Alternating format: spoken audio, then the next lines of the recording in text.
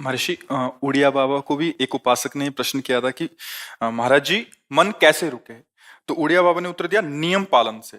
यदि हम नियम पर दृढ़ रहें तो मन हमारा क्या कर सकता है? नियम तो परमात्मा देखता है। हम लोग नियम पर दृढ़ नहीं रहते, इसी से हमारे देश की दुर्दशा है। संध्या वंदन तक का नियम जाता रहा है। भजन करने के लिए नियम की बड़ी आवश्यकता। हाँ, बड़े नियम की आवश्यकता है। तो जैसे प्रातः काल से सायंकाल तक की हर व्यक्ति की अपनी एक दिनचर्या होनी चाहिए।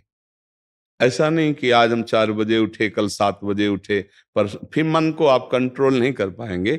मन के लिए एक दिनचर्या होनी चाहिए कि हमको 10 बजे सोना है, 4 बजे उठ जाना है। तो फिर 4 से 4:15 नहीं होना चाहिए, 4 बजे उठ जाना, ऐसा नियम बना ले। और उठ करके हमको थोड़ी देर नाम जप करना है, थोड़ी देर हमें वाणी जी का गायन करना है, थोड़ी देर हमें ध्यान, एक अपनी दिनचर्या। फिर हम अपने संसार के कार्य के नियम, जो संसार के कार्य हैं, उनको भी करते हुए भगवान को समर्पित करें। जैसे जो पद में है, जो आपको राष्ट्र सेवा मिली है, जो आपको समाज सेवा के पद मिले हैं, या आपको जो घर की सेवा के कार्य मिले हैं, उनमें बहुत धर्म पूर्वक आचरण होना चाहिए। अगर आप अधर्म आचरण करते हैं, अपने पद का दुरुपयोग करते हैं, तो आप सुबह जग करके थोड़ा माला चला लीजिए, फिर भी आपका कल्याण नहीं होगा, क्योंकि आप अपने पद का, अपने सेवा का दुरुपयोग कर रहे हैं। जैसे हम जानते हैं कि अधर्म आचरण है, ये अधर्मी है, हमें पता है दोषी है, और वो हमको कुछ धन दे देता है, और हम उसको मुक्त करवाने की बात सोचते हैं, और जो निर्दोष है उसको फंसा देते हैं। अब तुम चाहे जितना माला चलाने की कोशिश करो या दान पुण्य करो, वो तुम्हारा अधर्म आचरण, वो अधर्म का धन तुम्हें सतमार्ग में नहीं जाने देगा। नियम लेना चाहिए कि जिस पद में है, जिस धर्म में है, जिस कर्तव्य में है, चाहे कुछ भी हो जाए, हम अपने कर्तव्य से विमुख नहीं होंगे। जितना जप महान है, उतने कर्तव्य महान है। दोनों बातें समझना है। जब माला फेरा और इसके बाद बेईमानी, अधर्माचरण, इनका कोई नियम नहीं है कि हमें कैसे चलना है, तो वो माला काम नहीं कर पाएगा, क्योंकि उसका तभी सत्य भाव माना जाएगा माला जपला जब धर्माचरण है। धर्माचरण नियम से। बोले वो बड़े कट्टर नियम वाले हैं, उनको घूस नहीं, आप उनको भयभीत करके नहीं काम करवा सकते, प्रलोभन में काम नहीं करा सकते। ये हमारी गृहस्थी है ना, तो गृहस्थी के पालन के लिए धन चाहिए, और धन के लिए हम धर्म को आगे रखें, धन को नहीं। धर्म को, हमारा कर्तव्य क्या, प्रायः जैसे पूज्य बाबा ने कहा, आज हमारे देश में बहुत दुर्दशा हो रही है। दुर्दशा हो रही, क्यों? क्योंकि सब अपनी जगह से गलत हो रहे हैं। अगर अपनी जगह हम ठीक रहे तो हमारी दुर्दशा नहीं होगी, हमारा भजन कम होगा, लेकिन हम धर्म से चल रहे हैं तो हम विजयी होंगे। हम भगवान को प्रसन्न कर सकते हैं, क्योंकि हमें जो कार्य मिला है वो भगवान का ही कार्य, सृष्टि भगवान का कार्य।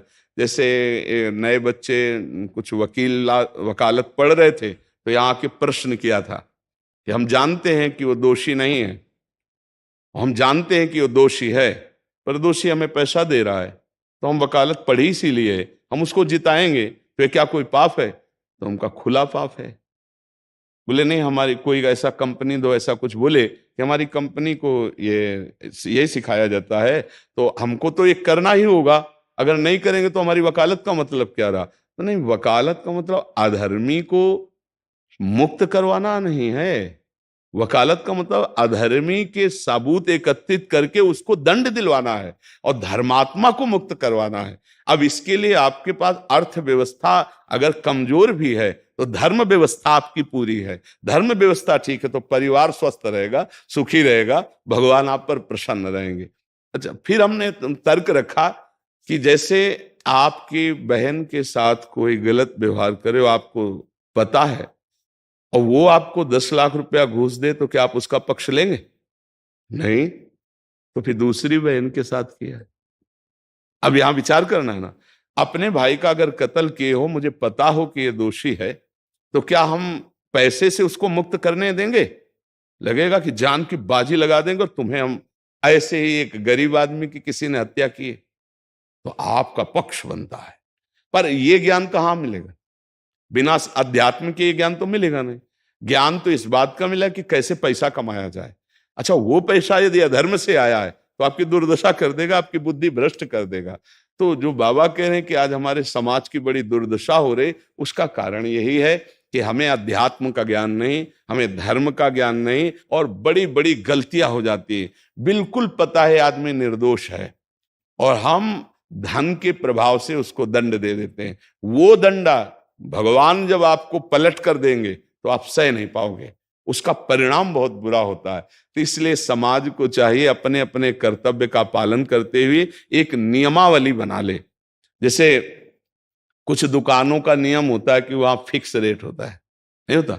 वहां ये नहीं चलेगा कि कसम से कहते हैं कि तुम्हें हम अपना जान करके कि 100 रुपया मीटर ये मिला है, हम बिल्कुल मुनाफा नहीं ले रहे। नहीं, झूठ क्यों बोल रहे हो? दुकान खोले हो मुनाफा के लिए, झूठ क्यों बोल रहे हो? नहीं लेंगे मुनाफा, हम जितने का लाए हैं उससे मुनाफा लेंगे, पर 120 रुपया मीटर देंगे, कपड़ा बढ़िया है, नाप फिट है, इससे नीचे नहीं उतरेंगे, हमें सफाई देने की जरूरत नहीं है कि हम कसम खाते हैं या ऐसा। जानते हो ये बिजली है, दुकान है, नौकर लगे हैं, तो इसका मुनाफा लेने के लिए दुकान खोलें, कोई दान करने के लिए तो नहीं। तो सबको पता है मुनाफा लेगा, लेकिन एक फिक्स दाम, उसे 10-20 रुपया का मुनाफा लेकर के हम उसको बेच रहे हैं। लेकिन झूठ क्यों बोले? बोले झूठ के बिना धंधा नहीं चलता। नहीं, ऐसा नहीं है। अब असत्य बोलोगे तो उससे जो आपको मुनाफा मिलेगा वो आपकी बुद्धि भ्रष्ट करेगा, और सत्य है कि मुनाफा के लिए है वही चीज, और आप एक फिक्स रेट में दे रहे, बढ़िया है। अब अगर आप कोई मिलावट करके भोजन सामग्री दे रहे हैं, आपको पता है, तो जो खाने वाले के हृदय में बैठे हुए भगवान हैं वो तुम्हारे जीवन में मिलावट कर देंगे, तुम्हारा जीवन महान दुखमय हो जाएगा। ये कहां समझा जाता है? एक आदमी सिंथेटिक दूध बना रहा है, उससे कहो ये अपने बच्चे को पिला, नहीं पिलाएगा। फिर ये दूसरे का बच्चा जब पिएगा तो उसकी हालत क्या होगी? दूसरे शरीर में जाएगा तो हालत क्या होगी? वो केवल धन की बुद्धि रख रहा है। एक आदमी घी में केमिकल मिला रहा है, एक ऐसे अभक्ष पदार्थ मिला है, वो स्वयं नहीं खाएगा, लेकिन वो होटलों में भेजा जाएगा, हजारों लाखों लोग खाएंगे, बीमारी बढ़ेगी, उसको रुपया से मतलब है। ये चीज, ये दुर्दशा हर जगह धर्म का ज्ञान न होने के कारण फैल रही, नहीं फैल रही। एक मरीज बीमार है, असली दवाओं में पैसे ज्यादा है, नकली दवा लेकर के असली के दाम में बेच देना, उसको बिल्कुल फायदा ना होना। लेकिन परमात्मा देख रहा है, तुम जानते हो नकली दवा है, वो तो नहीं जानता बेचारा, ज्यादा पढ़े लिखे नहीं, किसान आदमी गांव का आया है, तुमने दे दिया और उसने पैसा दिया असली के। अब वो पैसा तुम्हारी बुद्धि भ्रष्ट करेगा, तुम्हारे परिवार में कलह पैदा करेगा और तुम्हारा पतन कर देगा। ऐसे हर डिपार्टमेंट में, हर विषय में यदि हम अपने धर्म से चले, अपने सत्य से चले और थोड़ा भी भजन होगा, वो आपको उत्तम गति प्रदान करेगा। पर ऐसा कहां समझ में आ रहा? अध्यात्म के बिना भला ऐसा समझ में आएगा? तो इसीलिए कह रहे हैं हमारे देश की दुर्दशा हो रही।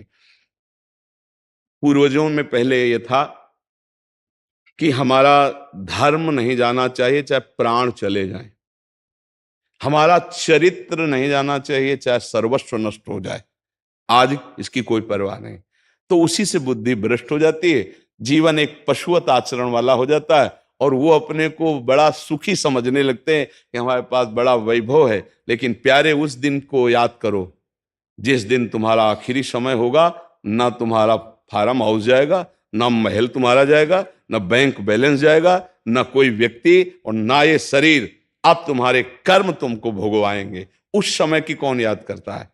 अगर उस समय की याद हो तो भय लग जाए कि नहीं नहीं, पाप नहीं करूंगा, क्योंकि जाना है यहां से। अच्छा, कब जाना कुछ पता नहीं, किसी भी समय ट्रांसफर हो सकता है इस शरीर से। तो हमें लगता है कि महापुरुषों के जो वचन है कि हमें एक नियम से जीवन जीना चाहिए, धर्म पूर्वक जीवन जीना चाहिए, अपने कर्तव्य का पालन करना चाहिए। जो हमारे लिए कर्तव्य, आज प्रायः धन प्रधान बुद्धि होने के कारण कर्तव्य स्वाहा हो रहा है। एक विद्यालय में विद्यार्थी के लिए जो गुरु पद में बैठा, उसका क्या कर्तव्य है? वो अपने कर्तव्य को भूला हुआ है। भला छोटे छोटे विद्यार्थियों को, जिनकी नींव पूरे राष्ट्र सेवा में, समाज सेवा में ये बन सकते हैं, अगर उनको हम सही शिक्षा नहीं दी तो उनका पूरा जीवन बर्बाद हो जाएगा। अगर उनको हम गलत सपोर्ट कर दिए तो उनका पूरा जीवन बर्बाद, क्योंकि नया जीवन है।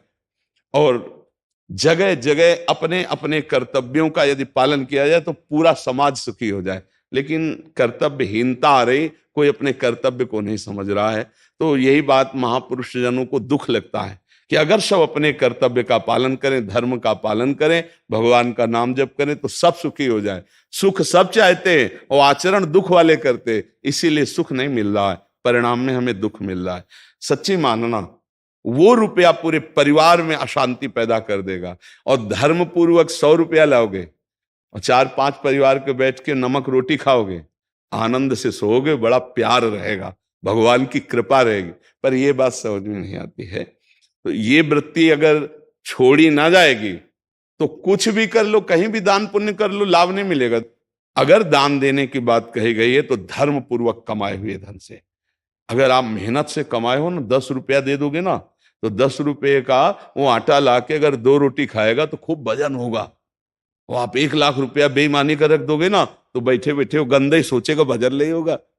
उसका गंदा सोचना और आपका गंदा करना, दोनों मिल करके, उसके कारण भी तो आप बने ना, तो आपका ही पतन हो जाएगा। उसको तो भगवान बचा लेंगे क्योंकि भगवान की शरण में है। तो मुझे लगता है अधर्म के धन से कभी किसी को लाभ नहीं मिलता। तो अपने कर्तव्य का पालन करते हुए यदि नाम जप किया जाए तो बहुत जल्दी हमको लाभ प्राप्त हो जाए। बहुत सुंदर, मतलब ये चर्चा होती है, अगर आप लोग इसको धारण कर लें तो निहाल हो जाएंगे। सच्ची कह रहे, ये जो बातें हैं ये बहुत सुंदर जीवन को पुष्ट करने वाली हैं, पर आप धारण कर लें तो बात है। नहीं नहीं तो जैसे लाभ दिखाई दे रहा 50,000, तो ये बातें भूल जाओगे, ये बातें अच्छी नहीं लगेंगी। हे यार, बहुत बढ़िया काम घर में आएगा, पर हमारी ये बात ध्यान रखना, वो 50,000 घर में अशांति पैदा कर देगा। सच्ची मानना, आप धर्म से चलना, धर्म से चलोगे तो भगवान तुम्हारी रक्षा में रहेंगे। अधर्माचरण, देखो कैसी कैसी घटनाएं होती हैं। बढ़िया कार है, फिल्मी गाना लगाए चल रहे हैं, और वो एक्सीडेंट हुआ, आग लग गई, बाहर निकल ही नहीं पाए, वो अंदर ही जल गए। क्या हुआ? ये करोड़ों रुपए की कार भूंज दिया तुमको अंदर ही बैठाल के, धू धू करके आग लग गई, अंदर जल। ऐसे जलना चाहते हो या भगवान के आनंद में चिंतन करके शरीर छोटे हो फिर दाह संस्कार हो ऐसे कि सब लोग भगवान के नाम का कीर्तन करते ही जा रहे, फिर आपका अंतिम संस्कार वहां जीवित जल गए? क्या हो सकता है? एक एक पल तुम्हारे कर्म का हिसाब होगा, एक एक सेकंड का। ऐसे कर्म करो कि हमारा अच्छा हिसाब हो, बुरा हिसाब। ये मत समझो कोई देख नहीं रहा, वो देख रहा है जिसको हिसाब करना है, वो देख रहा है। उसके लिए कोई वकील या किसी सबूत की जरूरत नहीं होती, वो सर्वांतर्यामी आपके अंदर बैठे ही देख रहा है। तो सदैव जैसे सत्संग सुन रहे हैं, तो अगर हाथ जोड़ के प्रार्थना है, थोड़ी भी बात मान लोगे तो आप सच्चे सुख के मार्ग में चलने लगोगे। नहीं तो भाई बहुत गंदी हवा चल रही है, माया की बहुत गंदगी ऐसी फैल रही, कलिकाल है ना, कि ये बातें किसी को पसंद नहीं आती। वो बात बताओ कि हम कितना रुपया कमा ले, कैसे कितने भोग भोग ले, और वो अध्यात्म में नहीं है। आपको सच धोखे में मत रहना, अध्यात्म में है। जितना आप धर्म से चलोगे उतना सुखी होगे, और लोक में है जितना धन मिल जाएगा उतना सुखी माना जाएगा। लेकिन वो सुख नहीं है, वो चंद मिनट के लिए हाइलोजन की तरह जलेगा, फ्यूज हो जाएगा।